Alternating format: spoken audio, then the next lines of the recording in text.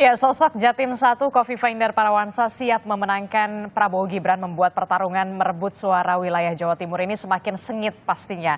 Calon Presiden nomor urut 1 Anies Baswedan siap meraih suara terbanyak melalui partai koalisi, sedangkan Capres nomor urut 3 Ganjar Pranowo mengklaim suara Ganjar Mahfud sudah kuat di Jawa Timur. Lalu bagaimana strategi 3 calon presiden merebut suara di Jawa Timur? Secara daring sudah ada Dewan Pertimbangan Timnas Anies Muhaimin, Pak Syaiful Huda. Assalamualaikum, Gus Huda. Salam pagi, Mbak. Pagi. Ada juga semua. juru bicara tim kampanye nasional Prabowo Gibran, ada Pak Wihadi Wianto. Selamat pagi, Assalamualaikum Pak Wihadi. Pagi, Assalamualaikum. Ada juga juru bicara tim pemenangan nasional Ganjar Mahfud, ada Mas Eno Bagaskoro. Selamat pagi, Mas Eno. Selamat pagi, Mbak. Assalamualaikum. Waalaikumsalam. Dan juga ada pengamat politik dari Universitas Brawijaya, ada Pak Wawan Sobari. Selamat pagi, Assalamualaikum Pak Wawan.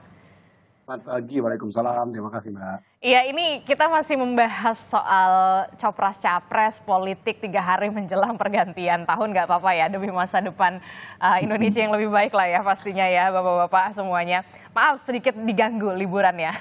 Ini kan kalau kita lihat Jatim 1, Ibu Khofifah Indar Parawansa ini siap untuk memenangkan Prabowo Gibran di pemilu 2024. Rekomendasi dari partai koalisi memang sudah diberikan kepada Bu Khofifah untuk Pilgub Jatim 2024. Nah, untuk PKB ini kan kita sudah tahu ya, sudah kuat lah ya di Jatim suaranya, bahkan kalau tidak salah di 2019 saja di nomor 2 setelah PDIP begitu.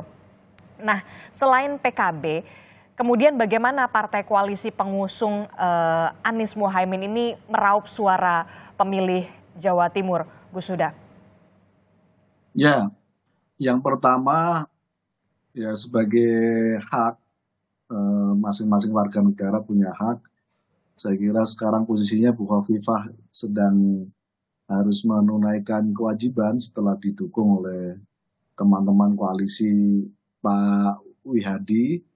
Ya sekarang kewajibannya Mbak Khofifah untuk menjalankan tugas membantu dan memenangkan pasangannya Pak Wihadi, dalam hal ini pasangan Prabowo dan Gibran. Itu satu aspek saya kira dan kita hormati menyangkut soal itu. Nah, kalau kita baca Jatim itu kan sekaligus kita membaca peta kultural plus ideologis sebenarnya. Dalam konteks itu banyak lapisan-lapisan yang saya kira nanti Pak Wawan bisa bercerita bagaimana relasi antar tokoh, relasi antar konstituen di Jawa Timur. Tapi kami ingin mempertegas dari pemilu ke pemilu termasuk 2019 kemarin, secara suara PKB menjadi pemenang di sana walaupun beda 1 kursi dengan PDIP. Tapi secara suara kita masih menang di sana.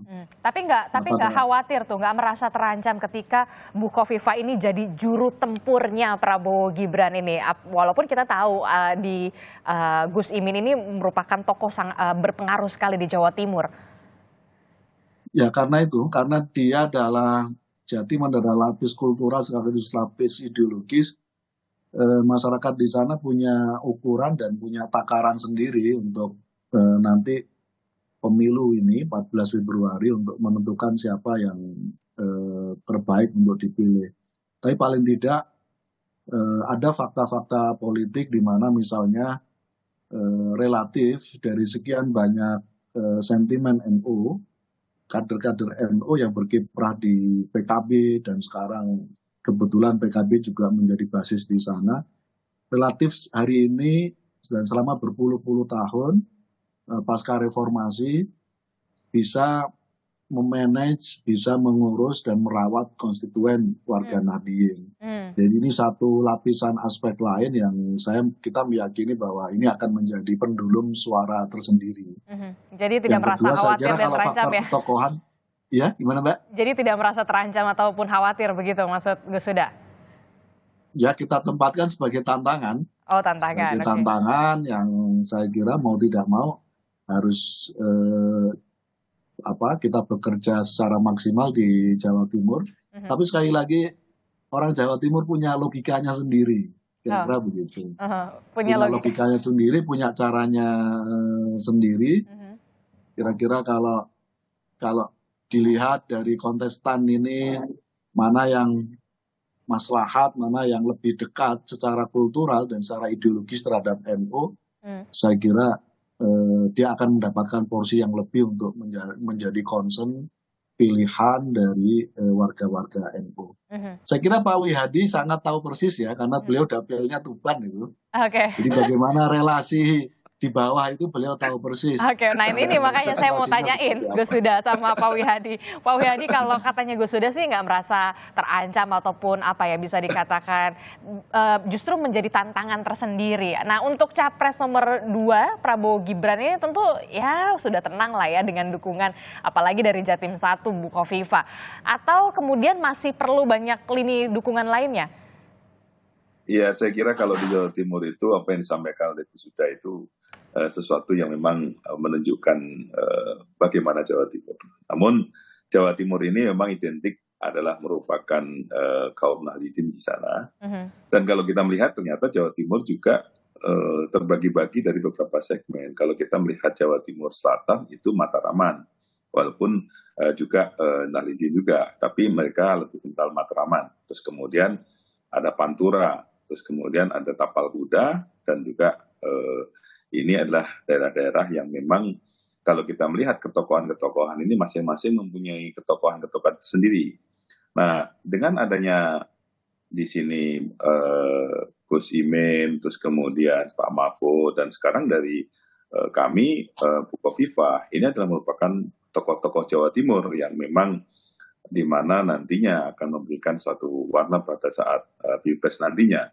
Jadi saya kira di sini memang kalau kita melihat trennya juga apa yang dilakukan di 2019 Pak Prabowo yang mungkin pada saat itu tidak didukung oleh kaum Nahdliyin karena bagaimanapun juga di partai koalisi pada saat itu tidak ada partai daripada Nahdliyin, tapi ternyata juga banyak juga warga NU yang waktu itu mendukung Pak Prabowo karena bagaimanapun juga sekarang ini di Gerindra, boleh dikatakan di partai-partai lain, itu semuanya juga NU semua. Jadi saya kira bahkan di 2019 itu Gerindra menempati posisi ketiga ya di Jawa Timur untuk suara Jatim. Iya, suara ketiga dan Pak Prabowo sendiri 34% pada saat itu. Jadi saya kira apa yang sudah dilakukan oleh 2019 oleh Pak Prabowo tentunya sudah mempunyai pemilih-pemilih dan mempunyai pendukung-pendukung Pak Prabowo yang dari tahun 2019 bahkan bukan 2019, 2014 pun juga demikian. Jadi saya kira kemudian dengan adanya Bukovifa yang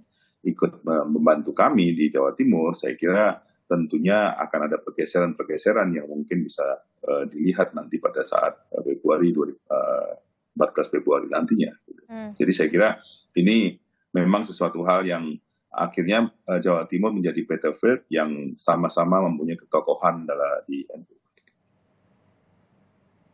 Oke. Ini kan kalau katanya Gus Huda jadi tantangan tersendiri nih, bahkan bisa dikatakan tantangan lebih berat begitu, Pak Wihadi. Ya, saya kira memang dari awal sudah kita prediksi bahwa kalau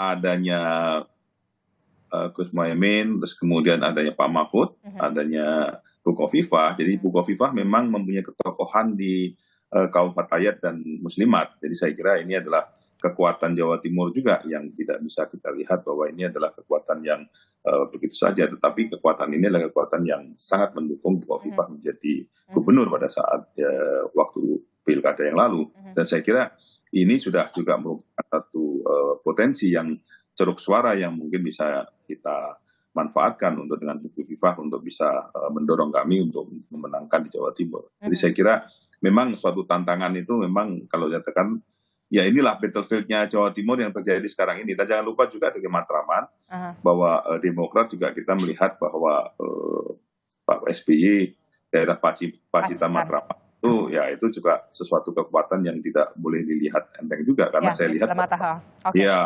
Jadi Pak SBY sendiri pun juga sudah sering turun ke Pacitan. Jadi saya kira ini adalah merupakan potensi juga untuk memenangkan Jawa Timur secara keseluruhan.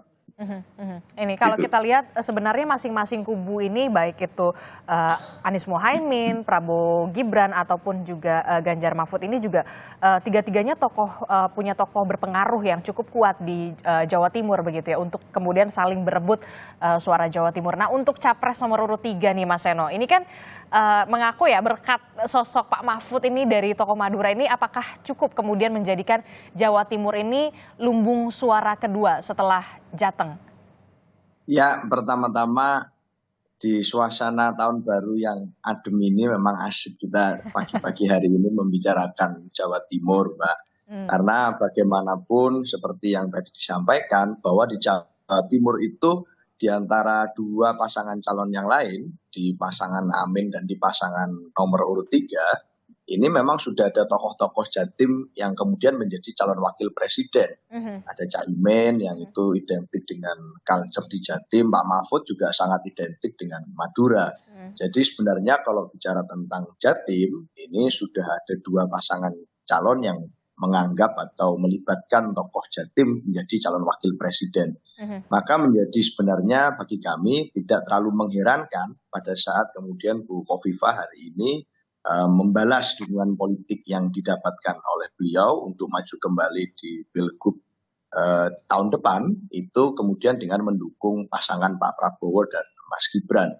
Buat kami tidak terlalu mengejutkan, apalagi setelah ada dukungan politik. Kalau saya ingat-ingat lagi di tahun 2018, Mbak, yang tidak mendukung beliau itu kan ada 4 partai. 3 partainya itu sekarang hari ini juga tidak di koalisi 02 gitu. Ada PDI Perjuangan yang hari ini mendukung Pak Ganjar dan Pak Mahfud, ada PKB, kemudian ada juga PKS gitu, yang mendukung pasangan 01. Sehingga ini dulu mendukung calon lain yang bukan Bu Khofifah dan Mas Emil Dardak. Jadi hari ini kalau ada balasan dukungan politik ke Pak Prabowo dan bukan ke pasangan yang lain, saya rasa ini sesuatu yang bisa diprediksi sebelumnya dan bukan sesuatu yang betul-betul mengejutkan. Buat kami ini hak politik dari masing-masing tokoh, masing-masing orang yang kami akan hargai. Tetapi perlu diingat betul Mbak bahwa sebenarnya saya rasa dalam satu daerah itu saya yakin tidak ada variabel tunggal, satu tokoh tertentu yang kemudian bisa mendrive suara begitu banyak orang. Apalagi saat ini bicara di Jawa Timur yang begitu dinamis dan kompleks. Saat bicara mendengarkan Pak Wihadi tadi, memang di Jawa Timur ini kan ada banyak telatah kebudayaan. Jadi ada yang tadi disampaikan Matraman, ada Tapal Kuda, Pantura, ada Arek, ada Madura, dan lain sebagainya yang ini berbeda-beda. Dan beragam sekali ya. Keberagaman ini juga menghasilkan keberagaman kepemimpinan lokal yang berbeda-beda juga. Kalau dilihat dari kepala-kepala daerah tingkatan kabupaten dan di kota, hari ini di luar yang penjabat-penjabat atau PJ-PJ, banyak juga loh kepala-kepala daerah yang hari ini misalnya berasal dari partai pendukung Pak Ganjar, Pak Mahfud, dari PDI Perjuangan misalnya. Dan banyak yang masih muda-muda juga kalau bicara tentang kepemimpinan muda. Kalau Gus Huda mengatakan ini jadi tantangan tersendiri. Nah, kalau misalkan dari pasangan Ganjar Mahfud sudah terduga atau seperti apa? Merasa terancamkah begitu? Walaupun memang kita tahu tokoh dari Pak Mahfud MD ini memang punya tokoh apa ya? Berpengaruh begitu, berpengaruh kuat utamanya di Madura. Ya kita merasa seru dan kalau kata orang Surabaya los nggak rewel lah Mbak. Jadi apapun yang terjadi itu ini menjadi semakin seru karena persaingan politiknya, persebaran atau distribusi tokoh-tokoh Jatimnya juga semakin merata. Ke setiap pasangan calon ada tokoh Jatimnya. Dan hari ini juga harus diingat pemenang saat bicara tentang kursi pemilunya itu dari kursi DPRD Jawa Timur itu nomor 1 PDI Perjuangan, nomor 2 PKB.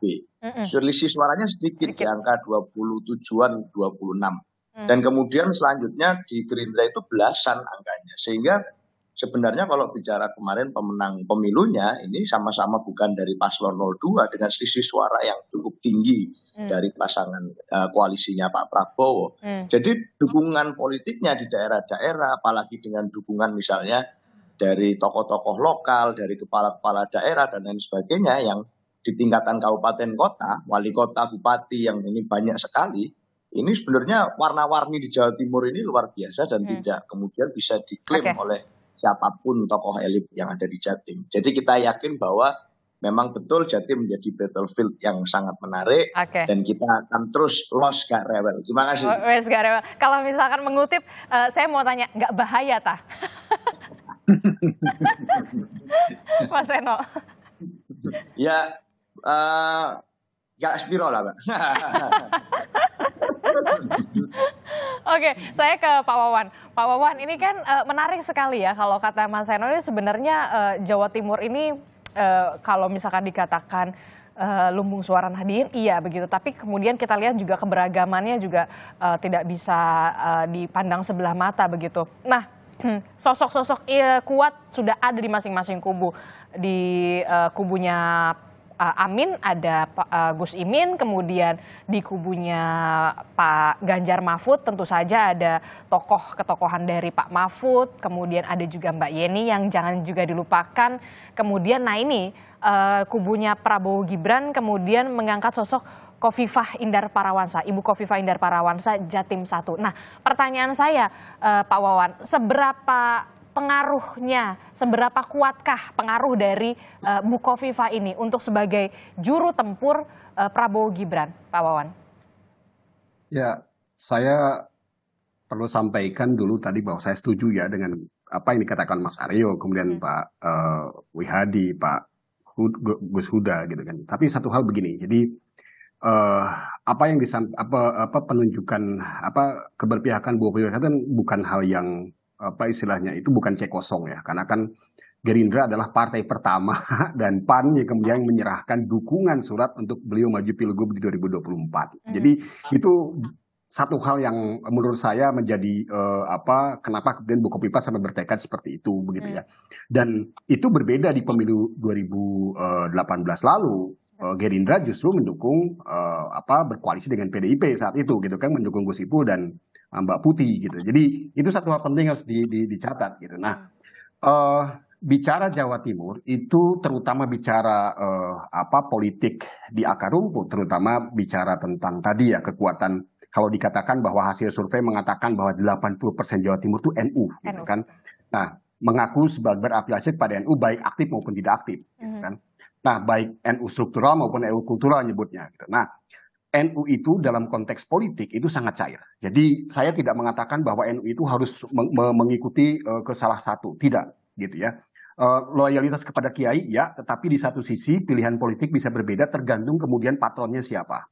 Nah, Bu Khofifah itu harus dilihat di Jawa Timur itu sebagai tokoh perempuan ya, Nahdlatul Ulama yang juga memegang pimpinan Muslimat NU, Badan Otonom NU yang itu sangat kuat perannya di masyarakat.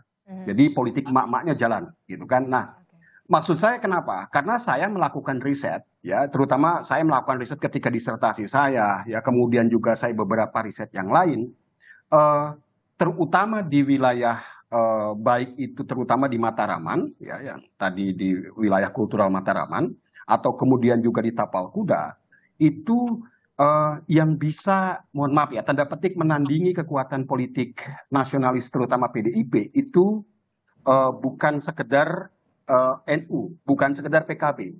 Tapi salah satu mesin politik, mesin sosial yang bisa berubah menjadi mesin politik adalah Muslimat, gitu kan. Jadi itu bergerak militan, begitu ya. Dan ini terbukti di beberapa wilayah, ya, di beberapa wilayah yang di Mataraman yang justru dikuasai oleh di situ adalah partai nasionalis seperti PDIP, PKB bisa menang.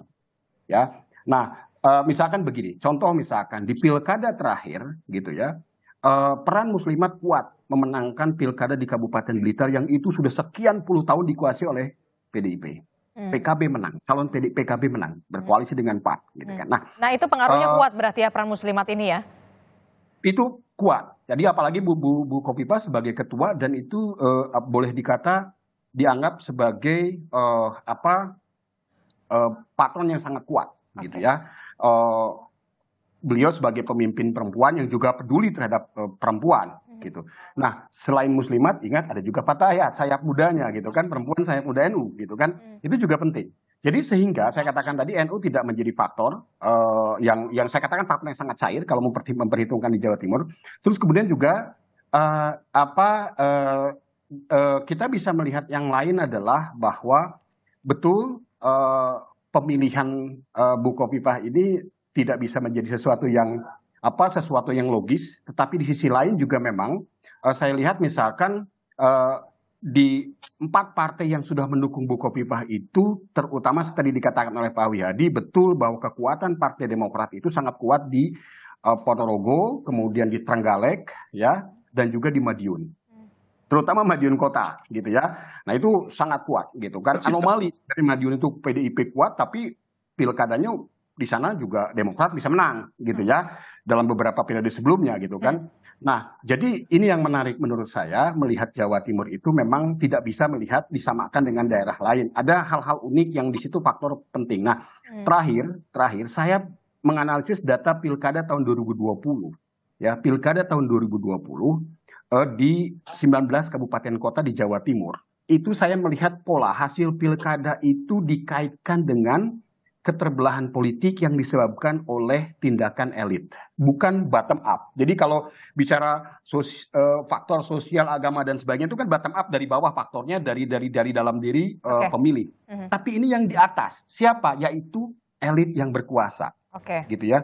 Jadi di sana itu misalkan kepala daerahnya dari partai apa, maka partai yang dia dukung itu ada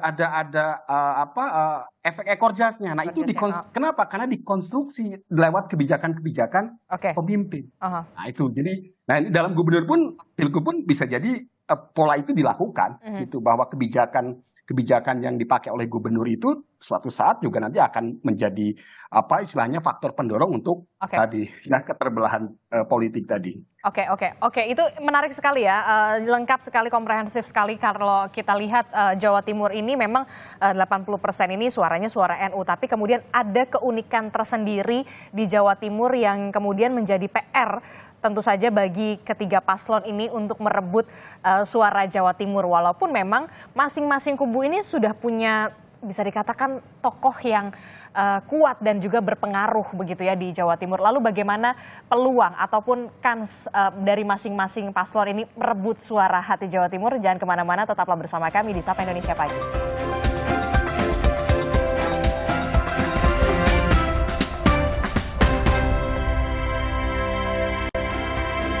Terima kasih Anda masih bersama kami di Sapa Indonesia Pagi. Saudara, masih membahas soal bagaimana strategi 3 paslon untuk merebut suara Jawa Timur setelah kita tahu masing-masing kubu ini punya tokoh kuat yang kemudian berpengaruh di Jawa Timur. Ada Gus Imin, kemudian juga ada Pak Mahfud, dan juga di kubunya Prabowo Gibran ini ada Ibu Khofifah. Nah, seberapa besarkah kemudian kans atau peluang dari masing-masing paslon ini bisa merebut suara hati Jawa Timur yang tadi dikatakan sebelum jeda ini, kalau kata Mas Seno, kemudian ada Pak Wawan, ini agak unik begitu ya di Jawa Timur ini ya Pak Wawan ya. Nah, seberapa besar peluang 3 paslon ini merebut hati lumbung suara Jawa Timur, Pak Wawan? Ya, saya tentu harus berdasarkan ke data gitu ya. Jadi memang kalau survei yang terakhir gitu ya dari indikator politik itu kan sudah jelas memang di situ Pak Prabowo itu lebih unggul gitu ya di Jawa Timur gitu kan. Baik dari popularitas nama, kemudian juga dari faktor likability atau kedisukaan itu juga tinggi gitu kan. Kemudian dari datanya, risetnya LSI juga yang sampai 5 Desember juga sama begitu ya. Jadi di Jawa Timur itu clear gitu, memang Pak Prabowo itu cukup memang leading juga gitu kan. Dan yang itu sebenarnya juga kalau dikaitkan dengan Bukoviva itu juga kemudian, makanya saya katakan tadi ini strategik gitu, karena memang Bukoviva juga elektabilitasnya juga tertinggi gitu kan. Survei Juni 2022 itu tahun lalu itu Bukoviva surveinya Poltreking itu kan sudah mencapai 39,8% gitu kan. Jadi itu Juni 2022 gitu. Nah, tentu setahun terakhir beliau banyak turun ke bawah, banyak tidak hanya apa istilahnya itu duduk di Surabaya, tidak hanya memimpin Jawa Timur dari Surabaya, tapi juga beliau turun ke bawah. Dan saya ya ngobrol lah dengan beberapa birokrat di provinsi, begitu kan, memang ya itu dilakukan. Nah, tetapi gini, satu hal lain. Jadi apa yang turun ke Jawa Timur itu bukan hanya Bukofifah, ya, tapi juga sudah ada beberapa tokoh yang akan maju nanti di gubernur. Ya, yang sekarang rajin ke Jawa Timur adalah Pak Menpan. Ya, itu rajin sekali dan Bu Risma, nah, terutama Pak Menpan, rajin terus itu turun ke Jawa Timur. Gitu. Setiap ada momen kegiatan Menpan, rajin di Jawa Timur, entah ke Malang dan sebagainya. Tapi ya itu juga bagian dari dinamika politik ya, karena saya pikir target Bukofifah untuk mendukung Pak Prabowo sudah sangat jelas, gitu kan. Beliau sudah jelas dicalonkan oleh 4 partai yang sudah mengirimkan surat resmi 2 dukungan, ya. Setelah itu Golkar sama Demokrat menyusul, gitu. Jadi kan itu sudah clear, sudah sangat kuat. Ini dengan apa ya? Dengan dipilihnya Bukofifah sebagai bisa dikatakan dalam tanda kutip juru tempur begitu ya untuk merebut suara Jawa Timur, ini bisa menjadi warning tersendiri nggak sih untuk paslon 01 dan juga 03? Ya, kalau saya tadi argumen saya sederhana tadi, gitu kan, karena beliau adalah pemimpin emak-emak di Jatim dan Indonesia, terutama dari kalangan Nahdlatul Ulama yang saya pikir tadi punya jejaring sosial yang sangat kuat. Jadi emak-emak di Jawa Timur, terutama para apa istilahnya itu aktivis muslimat itu kan betul-betul istilahnya itu bergerak bukan hanya pada level menengah ke atas, tetapi betul-betul di bawah. Dan mereka itu punya banyak kegiatan sosial yang itu bisa dikapitalisasi, tanda petik ya, menjadi modal politik. Modal politik itu apa? Dalam konteks politik, political capital itu adalah popularity, likability, kemudian terutama itu strategi-strategi populisme bisa dijalankan lewat itu, begitu ya. Nah, itu tinggal itu saja nanti kalkulasinya di situ. Nah, tetapi saya yakin timnya Pak Aryo, Gus Huda itu juga punya strategi lain gitu kan, karena istilahnya itu yang namanya manuver politik itu kan tidak bisa dilihat lurus gitu kan. Kita lihat 1-2 bulan nanti ke depan juga saya yakin akan ada manuver politik lain begitu. Makin kan. sengit, Jadi, makin panas gitu makin ya. sengit, dan saya khawatir nanti ada isu personal. Itu yang saya khawatirkan, isu personal gitu kan. Kepada tadi yang tokoh-tokoh tadi gitu kan, itu yang saya khawatir sebenarnya, mudah-mudahan tidak lah gitu kan. Isu personal yang akan dikhawatirkan itu yang kemudian akan muncul begitu.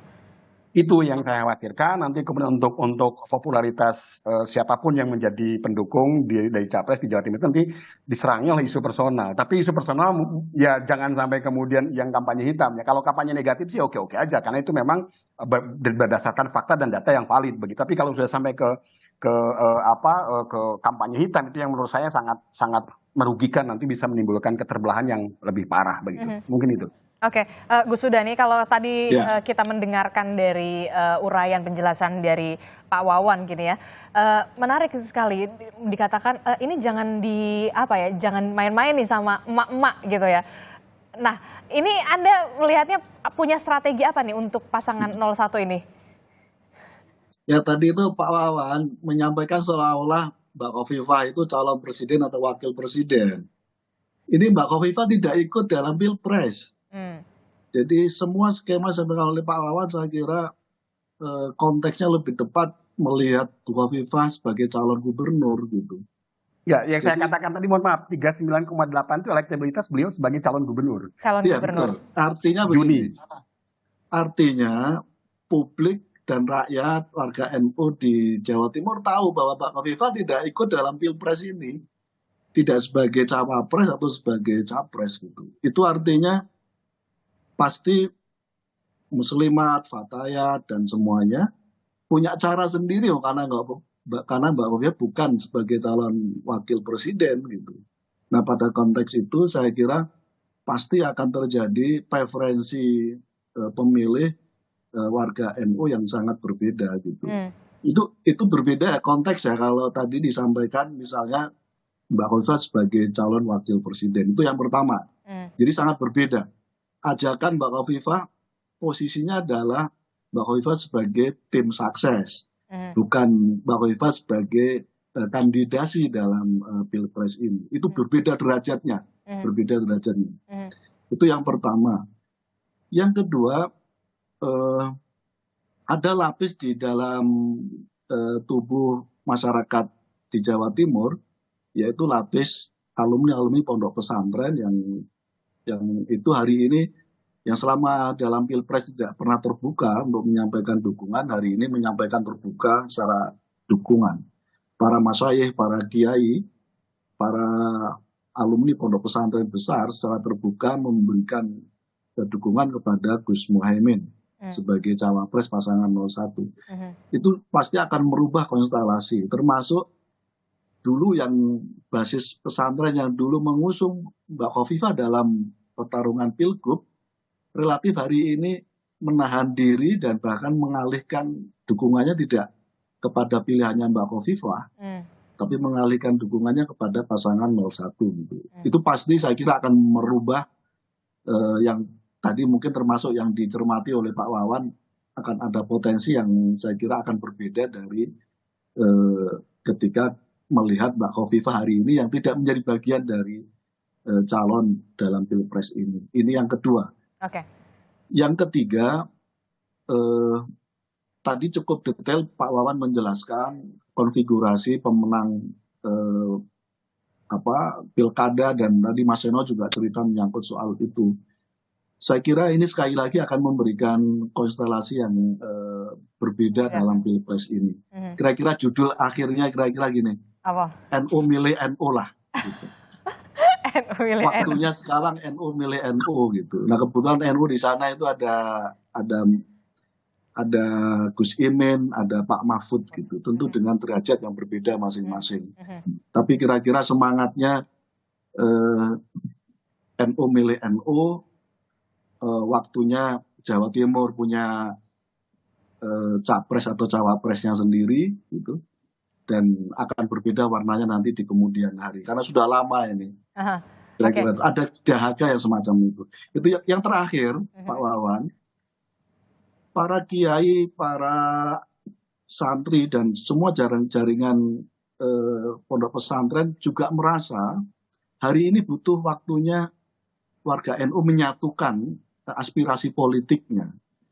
Karena pasca era reformasi itu ketika terbelah-belah, pengalaman yang sudah-sudah tidak mengenakkan. Menjadikan NU jadi ban serep betul gitu. Menjadikan sudah jadi ban serep, udah gitu dikempesin lagi bannya gitu.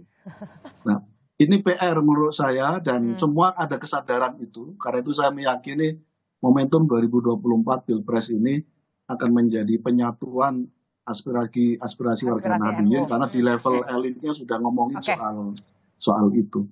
Mas Seno sepertinya udah nggak sabar mau nanggepi. Enggak, saya hanya tertarik saja karena saya tadi disinggung bahwa ini kan ya kira ini baru half time ya Mbak dalam pemilu ini. Saya memandangnya half time lah. Terganti masa kampanye itu lewat Tapi separuh. tinggal 47 hari lagi loh Mas. Betul. Ada tahun baru. Jadi ini peluit half time lah. Jadi ini sedang istirahat paruh waktu. Lalu tiba-tiba ada kejutan gitu. Ada dukungan politik dari tokoh-tokoh baru. Ya jadi ini kita sebenarnya menukar kejutan saja gitu. Saling kalau di sepak bola itu ada jual beli serangan, ini tukar menukar kejutan. Jadi sebenarnya masih banyak etapa-etapa lagi sebelum ini bisa ada peluit akhir yang berbunyi. Tapi tadi Gus sudah menjelaskan bahwa ya konteks psikologisnya juga ya agak berbeda itu tadi, bahwa Bu Khofifah ini tidak maju sebagai kandidat. Jadi sebenarnya ini bentuk dukungan politik saja gitu, yang kemudian ini sangat berbeda konteksnya kalau beliau jadi calon kandidat. Nah kalau bicara tentang dukungan politik, sekali lagi saya ingin menyegarkan. Ini kan situasi di mana sebenarnya merupakan satu bagian dari etika dan sopan santun politik, yang itu kemudian adalah satu paket dari dukungan partai koalisi yang mayoritas hari ini yang sudah firm mendukung Bu Khofifah untuk maju di pilgub selanjutnya adalah dari partai koalisi 02, yang mana kemudian ada pilpres ini. Maka Bu Khofifah tentu harus secara sopan santun politik ya pasti mendukung Pak Prabowo sebagai calon presiden. Tapi kan bukan beliau calon wakil presidennya. Jadi saya rasa ya, ini berbeda konteks kalau kemudian kita bicara beliau yang maju, tapi kan tidak. Nah, fakta realitasnya yang maju jadi wapres, calon wakil presiden itu yang dari NU, dari Jawa Timur pula itu Pak Mahfud, itu Gus Imin, itu bukan Bu Khofifah. Jadi kita merasa bahwa sebenarnya situasi hari ini kondisi kebatinannya akan sangat berbeda dan kita masih sangat percaya diri kalau kita akan bisa meraih suara yang cukup signifikan di Jawa Timur. Siapapun itu masih sangat terbuka open field. Karena pilpres ini kan yang memilih juga bukan elit sebenarnya, tapi masyarakat. Dan hari ini masyarakat sudah sangat tahu calon-calonnya seperti apa, rekam jejaknya seperti apa, kandidat masing-masing ini mana yang kemudian itu mampu membawa program yang baik dan tidak. Saya di Surabaya, Mbak, jadi saya membayangkan sebenarnya kalau bicara tentang situasi politik di mana Bu Khofifah ngantor misalnya, ngantornya kan di Surabaya tadi disampaikan oleh Pak Wawan Sobari. Di Surabaya itu misalnya partai pemenangnya PDI Perjuangan, wali kotanya PDI Perjuangan. Geser sedikit ke Gresik masih PDI Perjuangan. Geser ke Sidoarjo itu bupatinya PKB. Nah, jadi warna-warninya luar biasa tempat di sekitar 3 kota penyangga utama. Dari tempat Bu Khofifah ngantor itu saja warna-warna referensi politiknya bisa berbeda-beda. Di Madura itu yang dengan culture Nahdliyin dan beda lagi, Pak Mahfud, pemilih yang kuat. PDI Perjuangan punya satu bupati di situ, Bupati Sumeneb Mas Fauzi yang kadang-kadang juga menjadi salah satu calon gubernur atau wakil gubernur. Jadi ini ada situasi yang demikian spektrum politiknya luas dan artinya pengaruh politik dari para tokoh atau elit yang kemudian menyampaikan dukungan kepada masyarakat ini banyak sekali perbedaan-perbedaan. Jadi kita yakin bahwa di Jawa Timur ini sangat open game dan saya percaya bahwa kami menghargai suara rakyat yang mana itu berasal dari bawah dan bukan semata-mata hanya dari dukungan-dukungan 1-2 elit. Saya yakin itu. Pak Wihadi, saya terakhir ke Pak Wihadi. Pak Wihadi, ini kalau tadi kata Mas Seno, ya kan Bu Khofifah ini sebagai cagup ya begitu, calon gubernur, bukan sebagai cawapres. Nah, Anda menanggapinya seperti apa? Ya begini, memang sebagai calon gubernur yang didukung oleh Partai Koalisi Indonesia Maju. Jadi artinya di sini ada suatu hal yang dimana yang disampaikan tadi bahwa Bu Khofifah juga akan memberikan suatu balasan politik dengan mendukung Partai Koalisi Maju ini untuk memenangkan Pak Prabowo dan Mas Gibran. Jadi saya kira ini sesuatu hal yang ada sesuatu semangat di mana memenangkan pilkadanya ini dengan memenangkan pilpresnya ini adalah mungkin bisa sama-sama, karena bagaimanapun juga test case daripada pilkada ini adalah pada saat pilpres ini. Jadi di sini saya kira Bu Khofifah tidak akan main-main mengenai masalah bagaimana memenangkan pilpres ini di Jawa Timur, karena saya lihat bahwa disinilah bagaimana Bu Khofifah nantinya di pilkada itu mempunyai berapa yang mendukung Bu Khofifah untuk pilkada ini, dan ini adalah bukan tes kekuatan juga untuk di pilkada nanti. Jadi saya kira di sini tentunya Bu Khofifah juga akan all out mengenai masalah memenangkan Pak Prabowo. Memang betul Bu Khofifah bukan cawapres dari Pak Prabowo, namun dalam hal ini kekuatan untuk menjadi semangat menjadi pilkada itu menjadi kepala daerah berikutnya itu adalah merupakan sesuatu semangat yang mungkin tidak bisa kita lihat seakan-akan bukan cawapres tidak akan mempunyai suatu semangat yang untuk memenangkan itu. Jadi saya kira dengan apa yang disampaikan oleh Pak Wawan tadi mengenai masalah potensi-potensi yang ada, dan saya kira semua partai yang ada di Jawa Timur itu semuanya di dalamnya ada NU. Jadi tidak ada kita memecah-mecahkan hanya dengan PDI Perjuangan, dengan PKB, betul memang memenangkan itu. Tapi gabungan ini yang kita lihat juga pada saat 2019 Pak Prabowo itu 40%. 40% itu tidak akan mendapatkan 40% kalau Pak Prabowo juga tidak didukung oleh NU di Jawa Timur.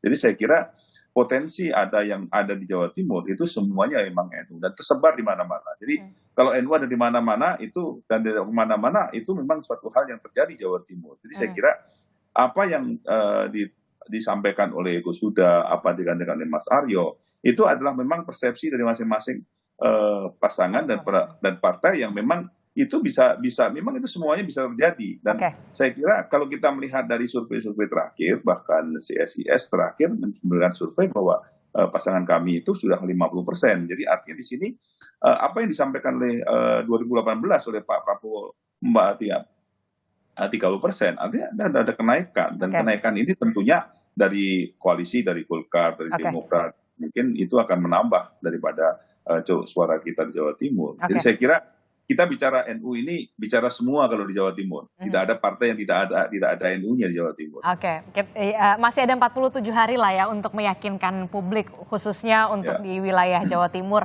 Karena saya percaya dari 3 kubu ini, 3 paslon masing-masing ini punya punya ketokohan yang sangat kuat. Ada Gus Imin, kemudian juga ada Mbak Khofifah, kemudian juga ada Pak Mahfud. Itulah yang kemudian menjadi bekal masing-masing paslon ini juga yang bisa dikatakan untuk merebut suara hati Jawa Timur yang tadi kalau kata Pak Wawan ini unik, kata Mas Seno juga unik, beragam semuanya. Kita akan tunggu bagaimana. Dan pastinya nanti kita juga akan tunggu debat debat ketiga kalau tidak salah ya, ketiga ya, untuk Capres di tanggal 7 Januari 2024. Bagaimana kita akan melihat 3 Capres kita ini akan mendeliver gagasan-gagasan mereka. Terima kasih Bapak-Bapak, ada Gus Huda, kemudian juga ada Pak Wihadi, ada Mas Seno, ada Pak Wawan. Terima kasih untuk pandangan dan juga perspektifnya di pagi hari ini. Sehat-sehat selalu Bapak-Bapak.